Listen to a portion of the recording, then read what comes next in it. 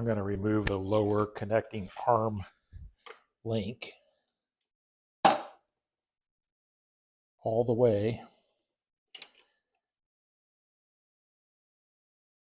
I have it loose now. I can just take this ratchet off and spin it with my fingers. There might be a little load on this. Let me pause it and think for a minute. Ideally, you would take the rear wheel off so you wouldn't have to deal with all this weight, but I'm trying to avoid that. I'm just going to spin this back in. I think I will take the rear wheel off just because it's not that hard. Because it's going to be hard to get this bolt back in there. It's way down where you can't see. It's hard to get to. You got this long extension. So let's just do that, and then I'll have a less of a struggle getting all these bolts back in through the little holes. I'm going to break the rear axle nut free with a 27. This is why I had to buy that new torque wrench that went to 150 Newton meters. I've got this huge breaker bar here. So while it's on the ground, I'm going to break it free. And once I get it loose, I'm just going to jack it up barely with a stand. So I'd say that's probably loose enough there. I'll get this tray here to lay the axle on so it doesn't get all dirty, and some rags.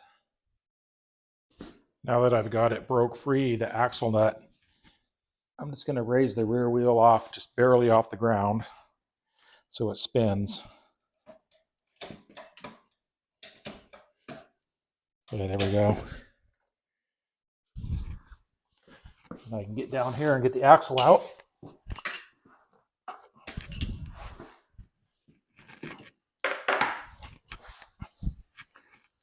Switch this 27 over just to a regular ratchet.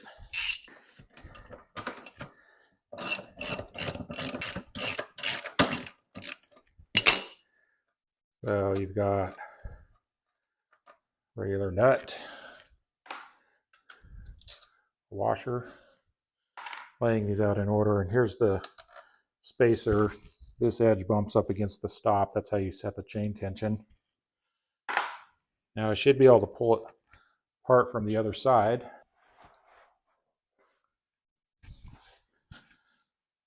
I'm just straddling this from behind. Now I need to push the axle out with my finger, my right finger.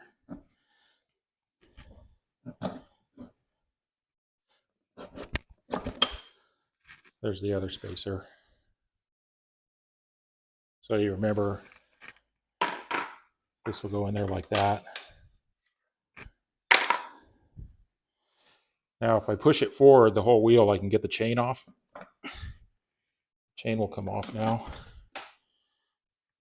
On the other side, you have to deal with this brake. So the chain's off.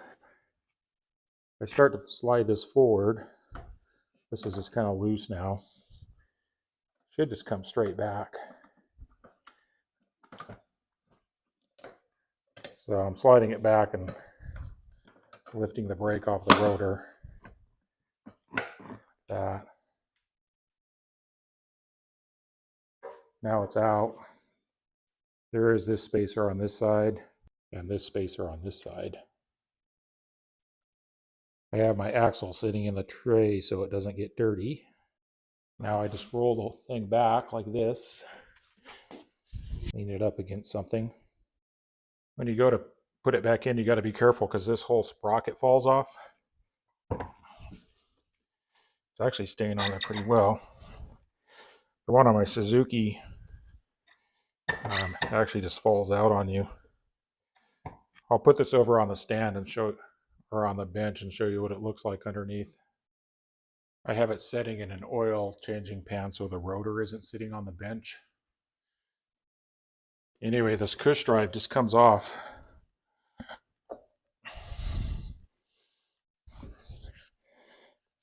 And there's little rubber spacers underneath.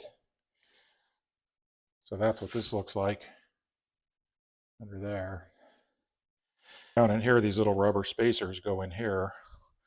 There's one there, 2, they go all the way around, 1, 2, 3, 4, 5, 6.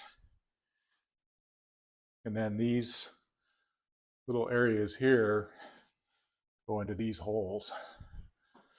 So every time I take this off, I've already cleaned and re-greased this because I just put new tires on. But when you go to put this back on, like I said, it tries to fall out on you. This one's pretty nice. You need to push down fairly hard to get it all the way in. On my Suzuki, you almost have to hold your hand here because it wants to fall out super easy, but this one's not going to be so difficult, which is nice. I do like the nitrile gloves. Save your hands from being gross for like 3 days.